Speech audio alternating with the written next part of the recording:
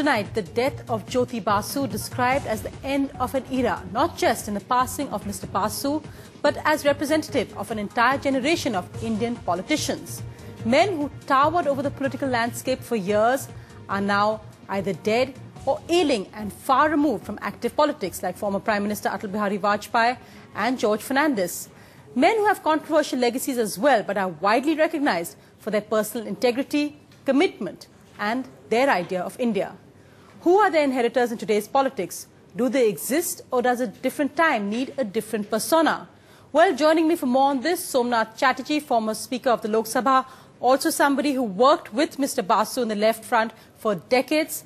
I'm also joined by Sudhindra Kulkarni, formerly of the BJP. He's worked closely with Mr. Vajpayee and Mr. Advani, now a columnist and social activist.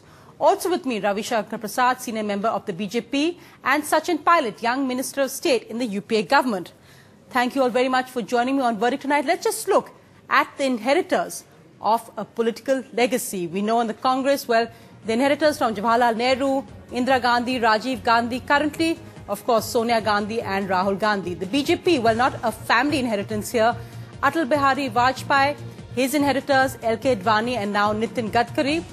The CPIM, men like Jyoti Basu and Harkishan Singh Surjit, both no longer with us. Now Prakash Karat and Sitaram Yechury take their place. The Janata Dal United, George Fernandes, ailing now in poor health, Nitish Kumar and Sharad Yadav, his political inheritors. So the question I'm asking you tonight, does the political legacy of our stalwarts have any true inheritors in today's politics? SMS us India space yes or India space no to 56388. You can log on to ndtv.com, join this debate live. You can also write to me at ndtvsocial.com/Sonia. If I can begin with Mr. Somnath Chatterjee, who in a way straddles these different generations and can give perspective born out from his decades in politics. Mr. Chatterjee, I know you're a personal friend of Mr. Basu, and it must have been a great personal loss for you. But as a political observer today, sir, how would you see the loss of Mr. Jyoti Basu and others of his ilk for Indian politics? Well, I think everybody is now describing him rightly, if I may say so, as one of the tallest leaders of Indian political spectrum. And he has been, in a sense, darling of the masses. Although he seemed to be aloof from the ordinary people, quite reserved. Apparently, it seemed that he had the softest feeling, I mean, in the corner of his heart for the common people of this country, for the working people.